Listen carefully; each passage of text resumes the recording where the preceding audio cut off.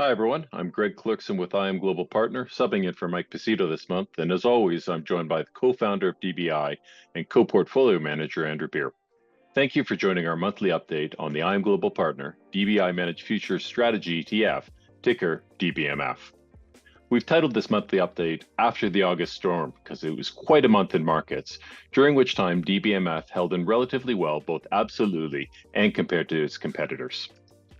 Most of you have heard or read Andrew knows that he champions the managed futures asset class at large as a critical diversifier for portfolios, a powerful and true alternative that can potentially bring a lot of value for allocators. And of course, we think DBMF is an efficient choice for that piece of the pie.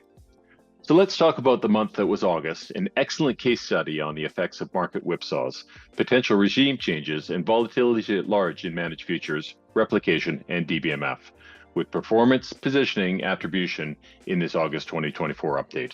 So with that, Andrew, over to you. Thank you, Greg.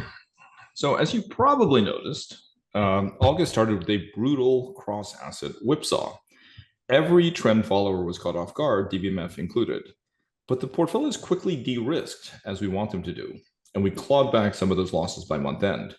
When the dust settled, DBMF was down around 3.1% on a net on a price basis in August, slightly ahead of both the SocGen CTA index, here and after the hedge fund index, and the Morningstar US Trend Systematic category, here and after the Morningstar category. More importantly, if you look at those columns on the left, DBMF is approximately 900 basis points ahead of both indices year to date. On the macro front, the triggers of the market's, quote, mini freakout, end quote, were a combination of two legitimate shifts in the macro landscape. A certain, quote unquote, Trump victory and red wave, which would be good for stocks, the US dollar, and bad for bonds, that turned into a muddy mess. Plus there were some signs that the economic fly might finally be hitting the windshield. Now, the fuel on the fire was the Bank of Japan's ill-timed decision to intervene in the currency markets, which briefly caused mayhem among global investors and led to frantic unwinds of crowded leverage trades. So these things do happen in macro land, but a point I'd like to underscore is that managed futures funds de-risk quickly as market conditions changed. Next slide. This slide shows year-to-date performance of DBMF versus the SGCTA and Morningstar category. As discussed in the past several videos, this year's outperformance is attributable to avoiding severe idiosyncratic whipsaws in many non-core markets, especially in May and June. In August, you can see that we had a larger drawdown in the first few days of the month in the hedge fund index. At sharp inflection points, due to the nature of replication, we can be a bit slower to de-risk.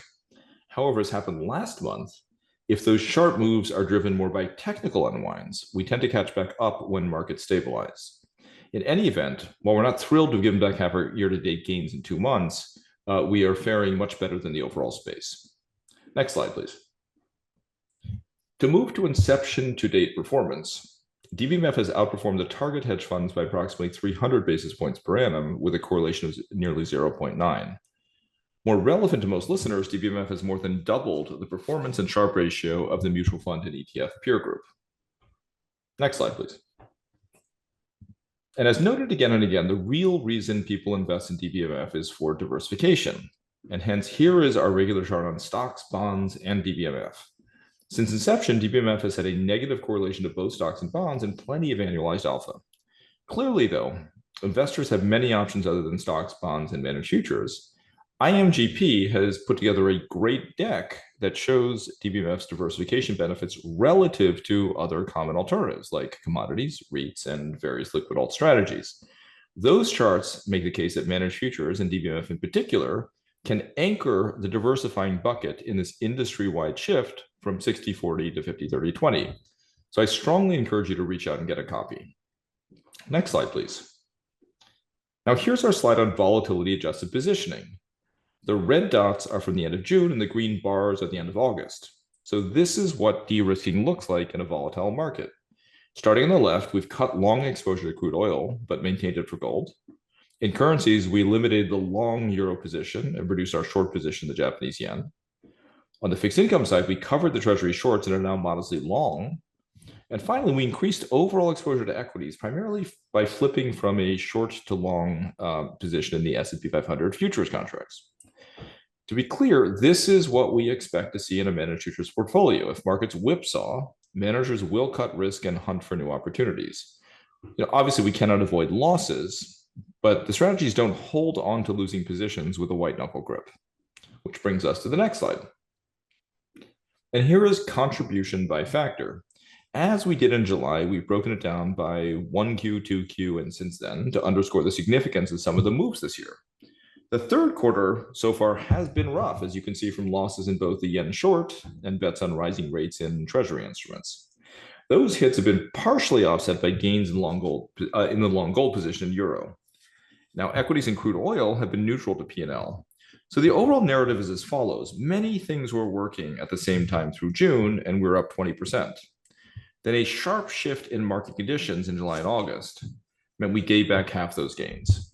But in the context of the overall market conditions this year, we actually are very pleased with those year-to-date results. And with that, I'll pass the baton back to Greg. Thanks very much, Andrew. And okay, so we'll wrap up here as we always do with our long-term performance comparisons.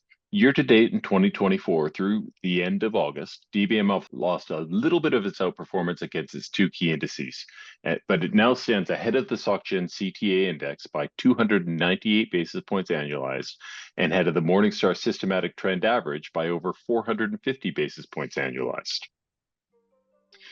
In closing, thanks as always to our clients and to our prospective clients for both your confidence and interest in DBMF.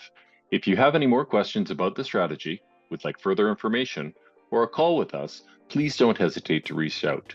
Just send us an email at team@imgpfunds.com.